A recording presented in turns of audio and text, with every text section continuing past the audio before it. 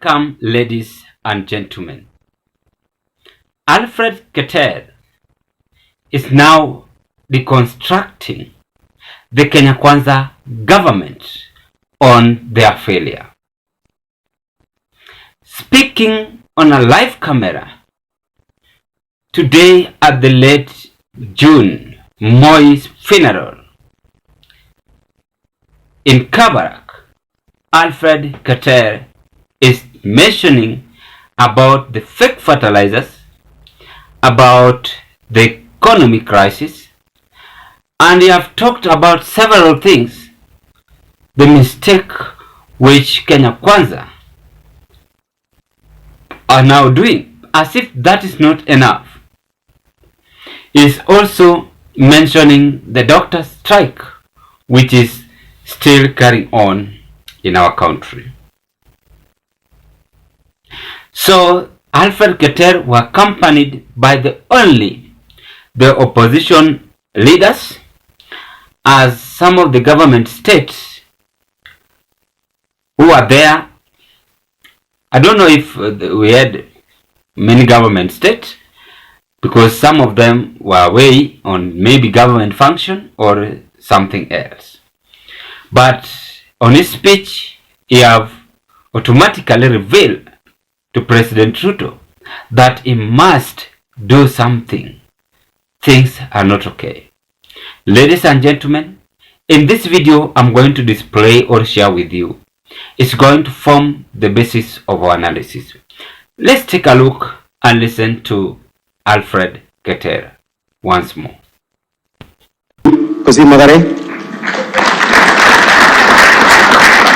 And I've always been saying this, and I will repeat it. You see, the other day, when doctors, and they are still on strike, so that you realize we have a leadership that are very insensitive and irresponsible. Because you saw, when doctors were on strike, this is a government where the leaders can have the audacity to go sit and say they are discussing issues in the UDA headquarters. They make declarations on how to resolve issues in Haiti, when our people in Baringo are dying. Genocide, displacement, mass displacement of people. Schools have been closed down, children have no classrooms. There are many people who are living in camps, who are IDPs in their own country. And nobody is talking about it. The fertilizer, which the Kalenjin nation should be actually the biggest beneficiaries, because we are agricultural nation as a Kalenjin. See, na ile matindo ya biju o kwai gora mngare ne gibi munye kang maram go fertilizer ingebe age iti logo poga te itele jito gile gini serikali metwegu ne oga me tanane ananole inga ne biga kwalenji magara ram maguye u amami kino maji. And then when you speak about these issues, and I want to thank His Excellency Stephen Kalonzo Musyoka and the entire team. You know, when some of us speak about these issues, because we are from this region, and especially me because I come from Nandi, where the president comes from, we are to all, can you relax? It's your own government. Your government is what you feel in your own house when your children can go to school, when you can feel the economy, when everyone has employment opportunities, not the presidents who are advocating for jobs opportunities abroad.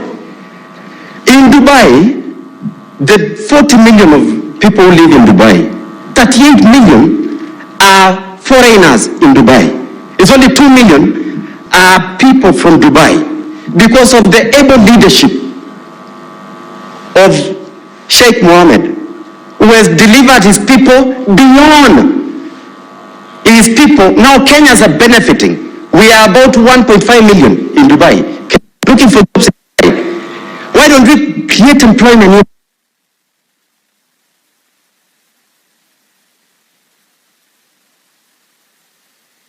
It is bigger than Israel, but they can give us food.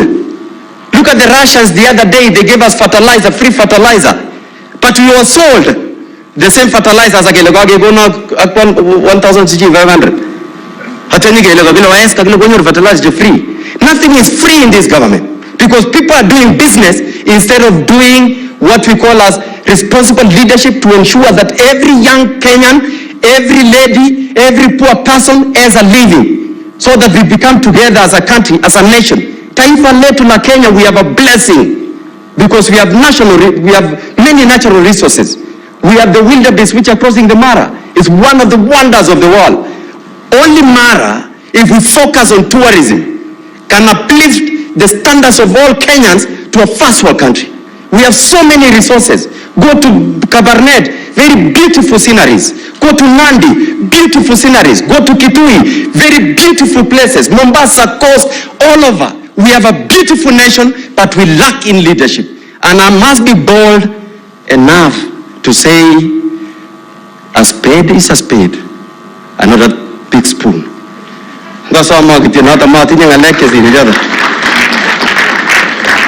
I conclude, I want to say thank you so much, the family of You've listened to Alfred Keter, because constructing Kenya Kwanza government, because they cannot sit down with doctors. Earlier today, I spoke about this.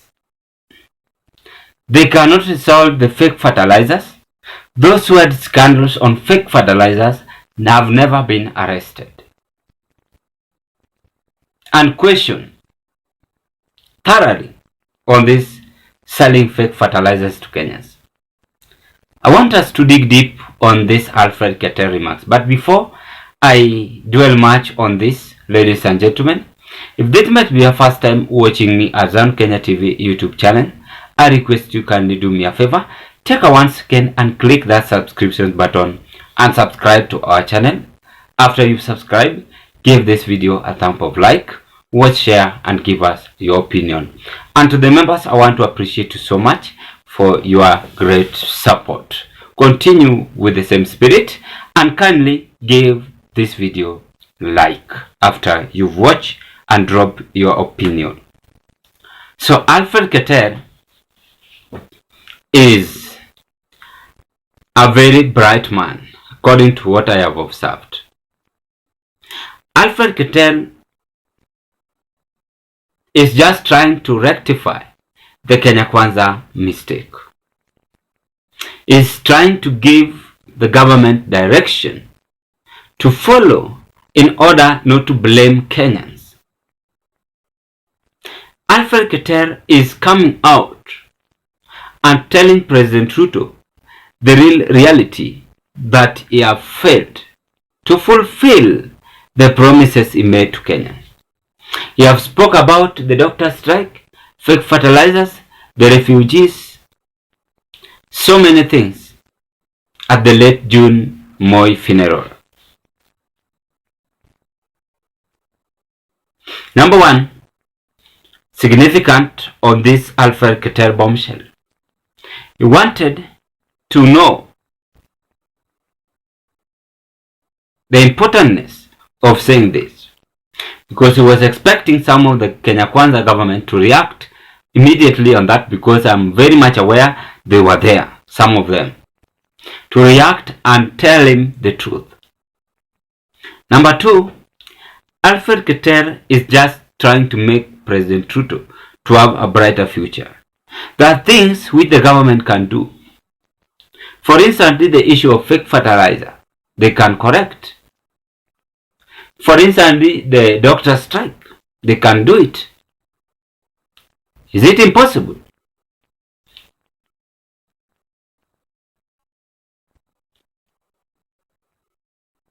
It is possible. Those are the things Alfred Keter wanted to know, and he wanted to give the government advice, whatever to be done, in order not to lament in future.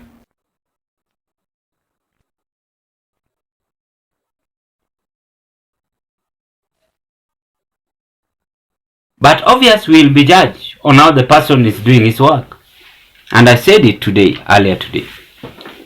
Even the late Professor George Magoha said it. Kila mtu atabeba mzigo wake. Mimi kama nilisema vibaya, mimi pia nitaulizwa. If I add any words of intimidation, pia nitaulizwa. Which created chaos in the country pia nitaulizwa. But according to what I have finalized is that Alfred Keter is just passing information that the government is failing. He loves Ruto. Someone who loves you corrects you. Because the truth of the matter, Keter is speaking out of experience. Than those who are just working with the president and cannot give him advice. There are those who want him to fail. He must be aware of that. There are those who want him to leave a bad legacy. He must be aware of that. But on the side of Alfred Keter, he is telling President Ruto the real reality and the truth of the matter. That he wants mursaging, he must come out and work for Kenyans. That is how Keter today spoke at the late June Moi's funeral. Ladies and gentlemen, what can you say on this Keter remarks to Kenya Kwanza administration? Thank you for watching me, and bye bye as we hope to meet on another discussion. Kindly give this video a thumb up like, drop your opinion after you've watched this video, and more so, don't forget to like this video. I'm still reminding you, share it to your friends, family. We are almost reaching 2,000 subscribers. I will be very much glad, and I will automatically share it to this platform for the good effort and good job you are doing. Tujaribu tu mbio at the end of this month. We are done with it. I will appreciate you so much. We are here to grow and also interact and share some ideas which we have among ourselves.